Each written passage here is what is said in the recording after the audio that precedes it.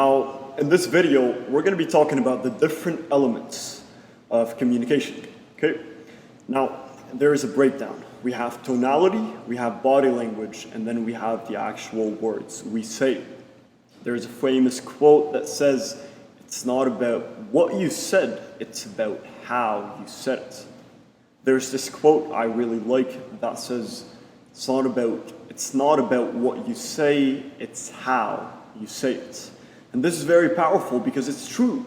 I can say something to you in two different ways and it can go two completely different directions.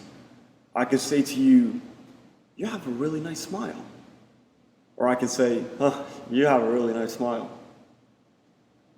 Just because body language and tonality was different. One seemed genuine, the other seemed like I'm just joking around, that I'm arrogant, right? And there is a lot of power in that. The words we actually say only count to about 7% of how people perceive what we're saying. Tonality, on the other hand, is at 38%. Imagine the difference that if you said the right word in the wrong tonality, their perception is going to be flawed. Because words account for 7% in communication, whereas tonality accounts for 38%. And the rest, the 55% remaining, it goes to body language.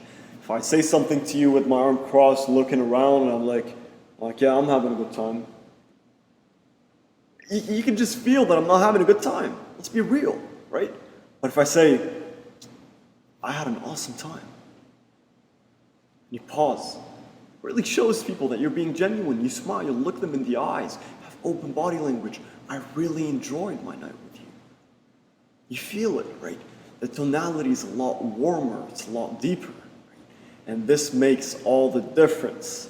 The difference between a really good and brilliant communicator and somebody who cannot communicate with anybody is just the fact that a proficient communicator is a person who not only mastered the words that they're saying, and that the vocabulary that they're using, but how they're saying it, tonality-wise and body language-wise.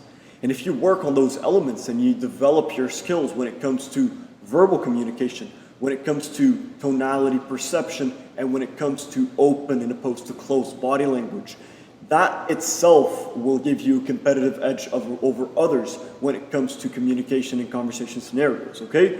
So make sure to keep in mind, 7% are words, 38% is tonality, and 55% is body language. Make sure that if you want to be a good communicator, you got to use those elements to their fullest extent. You want to expand on your tonality and how you use it, how you project it. You want to also focus on your body language. If I'm telling you a story, and I'm just speaking like that, even if I'm using different tonality, there was once a girl, her name was Alice, and when there's no gestures, you just feel like the story is dead.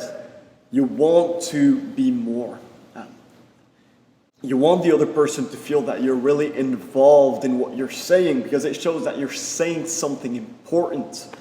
When I say something to you and I just do this gesture, for example, this shows that I'm saying something important, as opposed to just being like a rock, not using your body language at all, not using your tonality.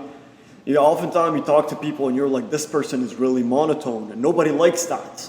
You like vocal variation, not just in terms of pitch, but in terms of speed.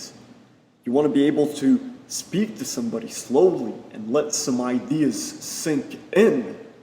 At the same time, you want to make sure that they're getting enough information, that you have this flow and pace and tonality that's appealing, that people would actually want to listen.